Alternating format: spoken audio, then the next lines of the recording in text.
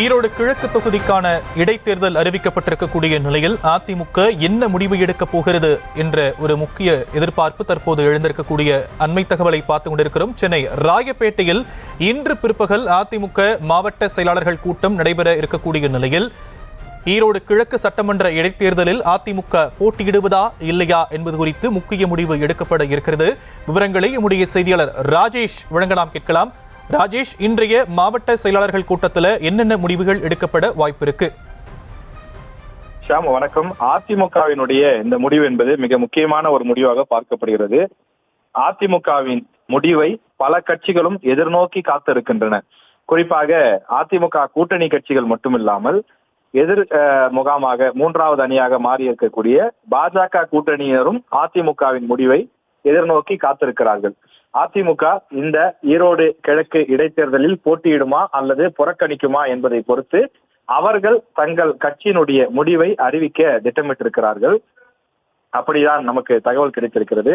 அந்த கட்சியினுடைய இரண்டாம் கட்ட தலைவர்கள் சிலரிடம் பேசும்போது அவர்கள் பெரும்பாலும் அதிமுகவினுடைய முடிவை பொறுத்து அமையும் என்றே கருத்துக்களை தெரிவிக்கிறார்கள். காரணம், அதிமுக இந்த தேர்தலில் போட்டியிடாமல் விட்டால் அந்த வாக்குகளை அறுவடை செய்வது யார் என்ற ஒரு பெரிய போட்டியே இருந்திருக்கிறது. அதே நேரத்தில் அதிமுக தலைமை போட்டியிட தயக்கம் காட்டினாலும் கூட அந்த மாவட்டத்தை சேர்ந்த உள்ளூர் நிர்வாகிகள் சிலர் ஆர்வமாக இருப்பதாக கூறப்படுகிறது. குறிப்பாக ஈரோடு எம்பி எலெக்ஷனிலே அதிமுக சார்பில் போட்டியிட்ட ஆற்றல் அசோக்குமார் அவர் இந்த இடைத்தேர்தலில் போட்டியிட ஆர்வமாக இருப்பதாக கூறப்படுகிறது.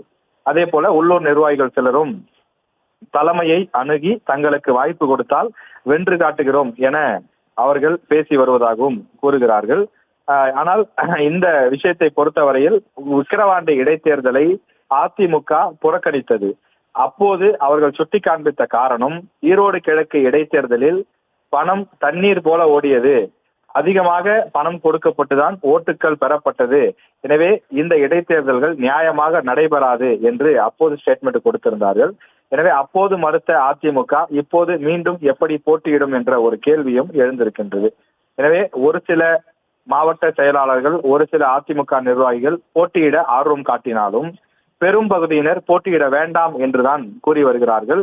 எனவே அதிமுகவினுடைய அந்த சில நிர்வாகிகளுடைய கருத்து ஏற்கப்படுமா அல்லது போட்டியிட விருப்பத்தோடு இருக்கும் ஆற்றல் அசோக்குமார் போன்றவருடைய கருத்துக்கள் ஏற்கப்படுமா என்பதையெல்லாம் நாம் இன்னும் 2 மணி நேரம் பொறுத்திருந்துதான் பார்க்க வேண்டும்.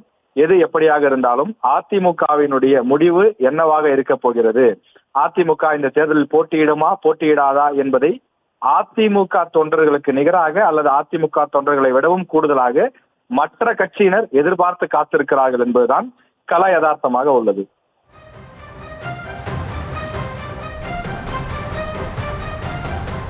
தற்போதைய விவரங்களுக்கு நன்றி ராஜேஷ்.